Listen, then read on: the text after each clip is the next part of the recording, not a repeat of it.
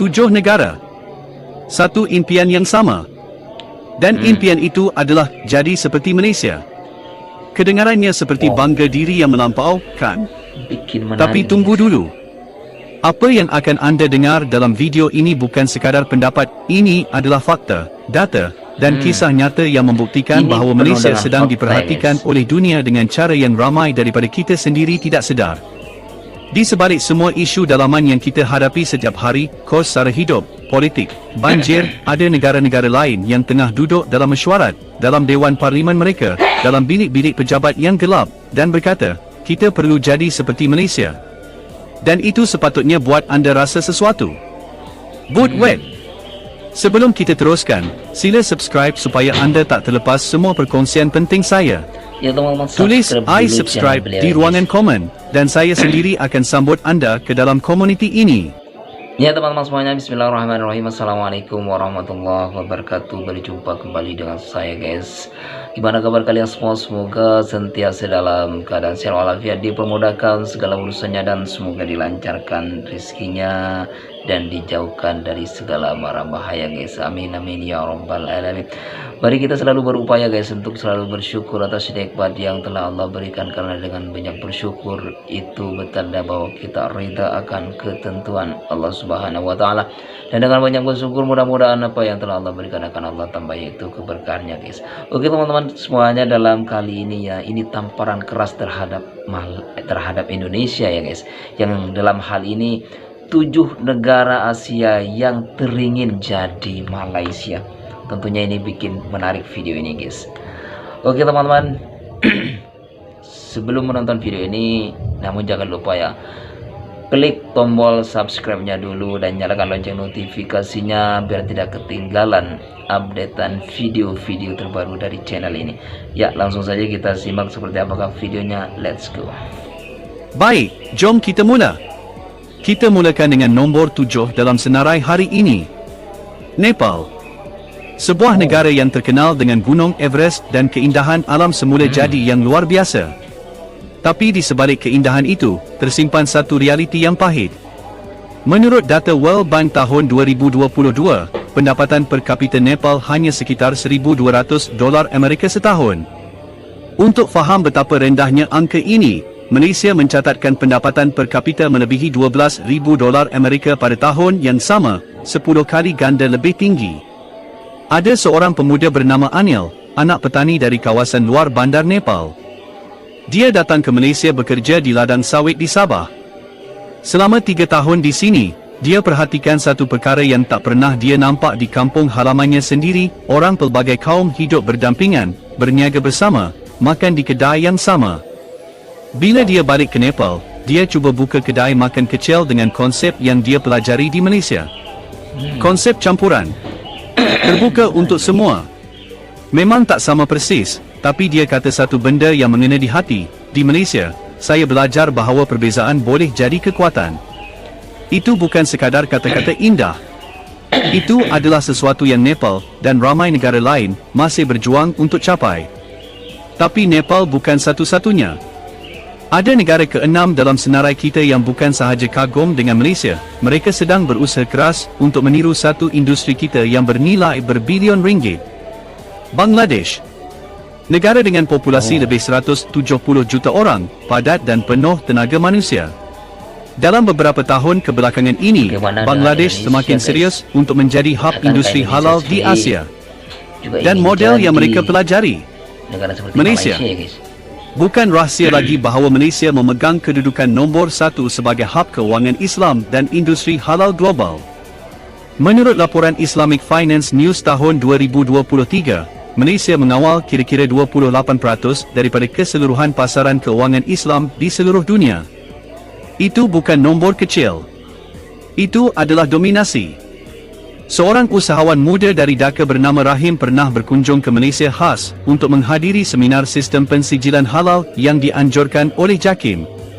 Dia pulang ke Bangladesh dengan satu misi, bawa balik sistem itu ke negaranya. Tapi dia mengakui sesuatu yang jujur, Bangladesh boleh tiru prosesnya, tapi mereka tak boleh tiru kepercayaan yang Malaysia dah bina selama berdekad-dekad dengan pasaran global. Kepercayaan itu tidak dibeli. Ia diperolehi dengan masa, dengan konsistensi, dan dengan integriti sistem yang kita jaga. Dan skim yang Bangladesh belum miliki. Tapi ada sesuatu lagi yang lebih mendalam, sesuatu yang buat sebuah negara pulau kecil di selatan Asia rasa amat tertekan bila melihat Malaysia. Sri Lanka. Pada tahun 2022, dunia menyaksikan sesuatu yang jarang berlaku. Rakyat Sri Lanka menyerbu masuk ke istana presiden mereka sendiri. Krisis ekonomi yang menghancurkan. Wang tiada nilai. Barangan keperluan asas pun susah nak cari. Ia adalah kejatuhan yang paling dramatik dalam sejarah moden Asia Selatan. Tapi apa yang berlaku selepas itu? Pemimpin baharu Sri Lanka terbang ke Kuala Lumpur. Bukan untuk pelancongan. Mereka datang untuk belajar. Mereka duduk bersama pakar ekonomi Malaysia dan bertanya soalan yang paling asas. Bagaimana Malaysia berjaya menguruskan ekonomi berbilang kaum, berbilang agama, tanpa jatuh tersungkur. Menurut analisis IMF yang dikeluarkan pada 2023, Sri Lanka memerlukan antara 10 hingga 15 tahun untuk mencapai tahap kestabilan ekonomi yang Malaysia sudah miliki hari ini. Di tengah-tengah krisis itu, ada seorang ibu tunggal bernama Priya yang tinggal di pinggiran Colombo. Anaknya yang baru habis universiti tidak dapat kerja di Sri Lanka. Tiada peluang. Tiada harapan. Dia akhirnya dapat tawaran kerja di sebuah syarikat di Kuala Lumpur. Dan Priya, dalam air mata yang bercampur antara sedih dan syukur, berkata, sekurang-kurangnya ada negara yang masih boleh beri anak saya masa depan.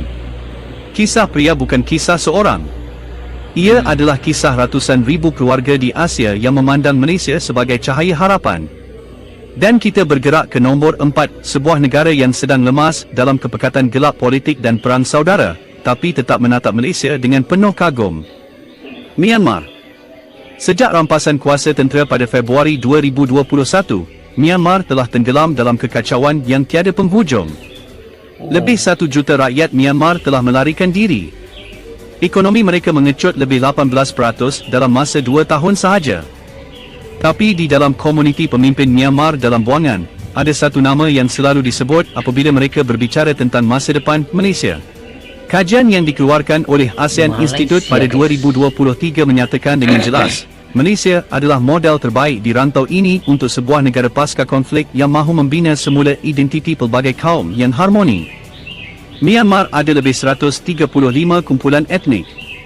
Malaysia ada 40 lebih kumpulan etnik. Tapi Malaysia berjaya mencipta satu identiti bersama, rakyat Malaysia. Itu bukan sesuatu yang berlaku secara kebetulan. Ia adalah hasil dasar, pengorbanan, dan keputusan yang dibuat oleh generasi sebelum kita. Kita patut hargai warisan itu. Tapi negara ketiga dalam senarai kita ini buat sesuatu yang lebih konkret. Mereka bukan sekadar kagum dari jauh, mereka sedang bertindak. Kemboja. Sebuah negara yang baru bangkit dari luka sejarah yang dalam. Di bawah kepimpinan Perdana Menteri muda Hun Manet yang mengambil alih kuasa pada 2023, Kemboja sedang melakukan sesuatu yang menarik. Mereka mula menyebut nama Malaysia dalam ucapan rasmi mereka sebagai tolok ukur pembangunan. Dalam sebuah forum ekonomi ASEAN pada akhir 2023, Hun Manet berkata dengan terang-terangan bahawa Malaysia adalah benchmark pembangunan yang Kemboja ingin capai dalam tempoh 20 tahun. Menurut data dari Pertubuhan Pelancongan Dunia, untuk tahun 2023, Malaysia menerima lebih 26 juta pelancong sebelum pandemik COVID-19. Kemboja, hanya sekitar 6 juta. Jurangnya besar. Tapi mereka sedang belajar. Soka, seorang pengusaha hotel muda dari Phnom Penh, menghantar 2 orang stafnya ke Malaysia selama sebulan bukan untuk belajar teknikal, tapi untuk belajar hospitality culture yang Malaysia terkenal dengannya. Cara kita sambut tetamu. Cara kita buat pelancong rasa selamat. Cara kita jadikan pelbagai budaya sebagai tarikan, bukan halangan. Dia kata, di Kemboja kami ada keindahan alam. Tapi Malaysia ada sesuatu yang kami perlu belajar, cara buat orang rasa mereka dijemput. Itu satu pujian yang dalam. Dan sangat bermakna. Tapi kalau Kemboja buat anda kagum, negara kedua dalam senarai ini akan buat anda sedar bahawa persaingan itu nyata, dan kita tidak boleh alpa. Vietnam. Negara yang dalam masa 30 tahun telah transformasi dirinya dari salah satu negara termiskin di Asia kepada kuasa ekonomi baru yang sedang meningkat. Hari ini, Vietnam adalah salah satu destinasi pelaburan pembuatan yang paling hangat di dunia. Dan dalam industri yang paling kritikal pada abad ke-21, industri semikonduktor, Vietnam sedang mengejar Malaysia dengan laju yang membimbangkan. Menurut laporan Semiconductor Industry Association tahun 2024, Malaysia mengawal kira-kira 13% daripada keseluruhan bekalan chip semikonduktor global. Vietnam, mereka baru mencapai sekitar 3%. Masih jauh di belakang. Tapi dalam mesyuarat dalaman kerajaan Vietnam, yang kemudiannya bocor dan dilaporkan oleh media tempatan mereka, pegawai khana mereka mengakui bahawa Malaysia masih 15 tahun ke hadapan dalam ekosistem pembuatan berteknologi tinggi ini. 15 tahun. Itu bukan jurang kecil. Ada seorang jurutera muda bernama Nguyen dari Ho Chi Minh City yang mendapat beasiswa untuk belajar di Universiti Sains Malaysia di Pulau Pinang. 4 tahun di Malaysia mengubah perspektifnya sepenuhnya. Bila dia balik ke Vietnam, dia kata satu benda yang membuatkan rakannya terdiam. Di Malaysia, mereka bukan sekadar buat chip. Mereka bina ekosistem. Itu beza dia. Nguyen akhirnya dapat tawaran kerja di sebuah syarikat semikonduktor di Pulau Pinang. Dan dia kembali ke Malaysia. Bukan sebab tak cintakan negaranya, tapi sebab peluang itu ada di sini. Kita ada sesuatu yang negara lain masih berjuang untuk cipta. Dan sekarang kita sampai ke nombor 1. Negara yang paling ramai antara kita punya kenalan peribadi dengannya. Negara yang bahasanya hampir sama dengan kita. Negara yang 270 juta penduduknya kadang-kadang buat kita geling kepada, tapi diam-diam ada pemimpin mereka yang tengah memerhatikan kita dengan penuh serius. Indonesia, ekonomi terbesar di Asia. Negara demokrasi ketiga terbesar di dunia. Kaya dengan sumber alam yang melimpah ruah. Tapi dalam kempen Presiden 2024, Prabowo Subianto, yang kini menjadi Presiden Indonesia, secara terbuka menyebut model sistem pendidikan Malaysia sebagai contoh yang perlu diikuti oleh Indonesia. Teman-teman. Itu bukan perkara kecil. Itu pengakuan dari seorang pemimpin negara besar. Malaysia nih. Dan angka-angka membuktikan mengapa.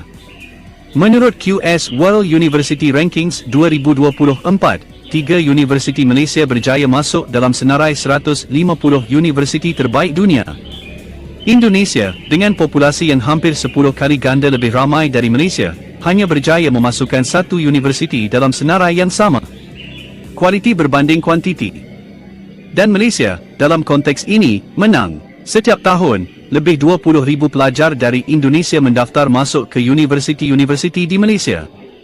Itu bukan kerana tiada pilihan lain. Itu adalah keputusan yang dibuat oleh keluarga-keluarga Indonesia yang percaya bahawa pendidikan di Malaysia memberi nilai yang lebih tinggi. Ada seorang bapa bernama Budi dari Jakarta yang menghantar anaknya belajar kejuruteraan di Universiti Teknologi Malaysia. Bila ditanya kenapa tidak pilih Universiti Indonesia yang bagus, jawapannya ringkas, "Saya mahu anak saya bukan sahaja dapat sijil, saya mahu dia dapat pengalaman hidup dalam negara yang sudah tahu cara jadi maju sambil kekal manusia." Sambil kekal manusia. Kata-kata itu kena betul-betul di tempat yang paling dalam. Kerana di sinilah letak rahsia sebenar Malaysia yang dunia tengah belajar, bukan sekadar GDP, bukan sekadar infrastruktur, bukan sekadar universiti yang bagus. Malaysia adalah bukti hidup bahawa pelbagai kaum, pelbagai agama, pelbagai bahasa boleh hidup bersama. Boleh bina negara bersama. Boleh maju bersama. Nepal sedang mengimpikannya. Bangladesh sedang cuba menirunya. Sri Lanka baru sedar betapa mahalnya nilainya apabila ia hilang. Myanmar sedang menangis kerana belum milikinya.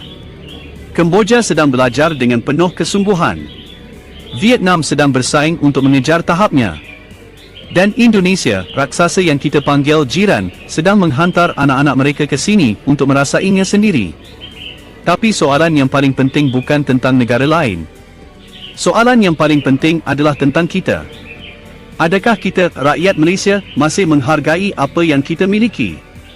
Setiap kali kita berkelahi atas nama kaum dan agama, setiap kali kita biarkan politik pecah belah kita, setiap kali kita ambil mudah keharmonian yang generasi sebelum kita bina dengan darah dan air mata, kita sedang menghancurkan perkara yang buat 7 negara ini teringin jadi seperti kita. Kajian Global Peace Index 2023 meletakkan Malaysia dalam senarai 10 negara paling aman dan stabil di Asia Tenggara. Bukan kerana kita sempurna, tapi kerana kita masih berjaya kekalkan sesuatu yang sangat jarang di dunia ini, keseimbangan yang rapor tapi nyata antara perbezaan dan perpaduan. Jagalah ia. Jangan tunggu ia hilang baru kita sedar nilainya. Sekarang, saya nak tanya anda satu soalan dan saya betul-betul nak tahu jawapan anda.